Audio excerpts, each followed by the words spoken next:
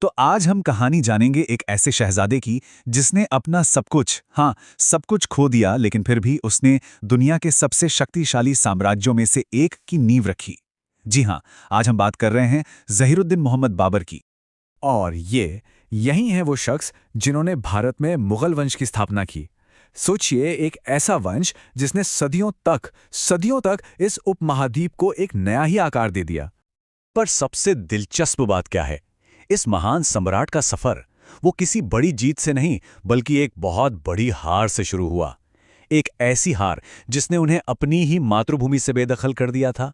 और यही बात उनकी कहानी को और भी ज्यादा दिलचस्प बना देती है। तो कहाँ से शुरू करें? चलिए, बिल्कुल शुरुआत से शुरू करते हैं, बाबर की जड़ों से। देखते हैं कि आखिर उन्हें विरासत में कौन सी ऐसी जबरदस्त और शक्तिशाली वंशावली मिली थी।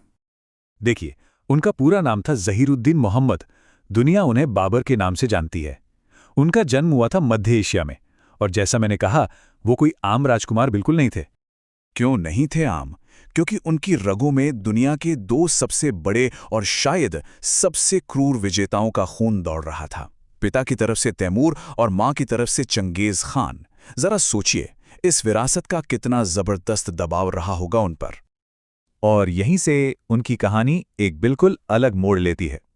एक युवा शहजादे से वो एक शरणार्थी बन जाते हैं। एक ऐसा शहजादा जो अपनी विरासत खोने के बाद सिर्फ अपने वजूद के लिए, अपनी जान बचाने के लिए लड़ रहा था। ये टाइमलाइन देखिए, उनके शुरुआती जीवन की उथल-पुथल को साफ दिखाती है। 1494 में वो फरगना के शासक बने, लेकिन सिर्फ 3 साल बाद 1497 तक सब कुछ हाथ से निकल गया। कई साल वो एक भूमिहीन राजकुमार की तरह भटकते रहे। फिर जाकर 1504 में आखिरकार उन्होंने काबुल पर कब्जा किया। तो मतलब मध्य एशिया में जो नाकामियां मिली, उन्होंने उन्हें एक नई दिशा देखने पर मजबूर कर दिया। जब ये साफ हो गया कि वो अपनी मातृभूमि वापस नहीं पा सकते, तो उन्होंने एक नई दुनिया की ओर देखने का फैसला किया। और वो नई दुनिया कौन सी थी? जी, हिंदुस्तान। यहीं से बाबर की नजरें हिंदुस्तान की ओर मुड़ीं, मध्य एशिया की धूल भरी जमीनों से बहुत दूर, उस देश की ओर जिसे सोने की चिड़िया कहा जाता था। और देखिए, हिंदुस्तान को जीतने से पहले ही काबुल में अपने नए ठिकाने से ही 1507 में उन्होंने बादशाह की उपाधि धारण कर ली। मतलब इरादे तो पहले ही जाहिर कर दिए थे। 5 ये नंबर बहुत कुछ कहता है। ये दिखाता है बाबर का इरादा कितना पक्का था। 1519 से 1526 के बीच उन्होंने 1-2 बार नहीं, बल्कि पूरे 5 बार हिंदुस्तान पर आक्रमण किया। तो अब हम कहानी के उस मोड़ पर आ पहुंचे हैं, वो आखिरी और सबसे कामयाब आक्रमण, और वो लड़ाई जिसने सचमुच इतिहास का रुख मोड़ कर रख दिया। तो चलिए, इस महामुकाबले की जमीन तैयार करते हैं। एक तरफ थी दिल्ली सल्तनत, विशाल लेकिन इब्राहिम लोदी के राज में अंदर से कमजोर होती हुई, और दूसरी तरफ बाबर की एक छोटी सी लेकिन लोहे की तरह अनुशासित सेना। और फिर साल आया 1526, जगह पानीपत, वो ऐतिहासिक लड़ाई।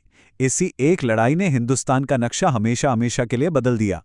बाबर ने इब्राहिम लोदी को हराया और यहीं रखी गई मुगल साम्राज्य की नींव। लेकिन सिर्फ दिल्ली जीत लेना ही काफी नहीं था, है ना? बाबर को अपने इस नए नवेले साम्राज्य को महफूज भी करना था, और इसके लिए पानीपत के बाद खानावा, फिर चंदेरी और फिर घाघरा की लड़ाइयों ने हिंदुस्तान पर उनकी पकड़ को चट्टान की तरह मजबूत कर दिया। और ये है उनकी शाही मोहर। सिर्फ एक मोहर नहीं, बल्कि एक नए युग का ऐलान। एक ऐसा युग जो आने वाली सदियों तक हिंदुस्तान की तकदीर लिखने वाला था। पर बाबर की कहानी सिर्फ जंग और जीत की कहानी नहीं है। वो सिर्फ एक विजेता नहीं थे। तलवार के जितने धनी थे ना, उतने ही धनी वो कलम के भी थे। चलिए, उसी तस्वीर को एक बार फिर से देखते हैं, लेकिन इस बार एक बिल्कुल अलग नजरिए से। एक योद्धा के पीछे छिपे एक कवि और एक लेखक को देखने की कोशिश करते हैं। बाबर सिर्फ एक लड़ाका नहीं, बल्कि एक विद्वान और एक कलाकार भी थे। ये जानकर शायद हैरानी हो कि उन्होंने मुबय्यन नाम की एक नई पद्य शैली का इजाद किया था। जी हां, फारसी कविता की एक बिल्कुल नई शैली। ये बात साफ दिखाती है कि एक सख्त योद्धा के दिल में एक नरम दिल कवि भी बसता था। और फिर सिर्फ 47 साल की उम्र में आगरा में इस महान विजेता का निधन हो गया। लेकिन उनकी कहानी यहां भी खत्म नहीं हुई। उनकी एक आखिरी इच्छा थी, और उसी इच्छा के मुताबिक उन्हें काबुल में दफनाया गया। हाँ, उसी शहर में जहां से उन्होंने एक दिन हिंदुस्तान को जीतने का सपना देखा था।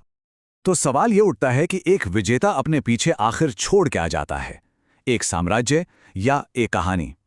बाबर के मामले में जवाब है दोनों।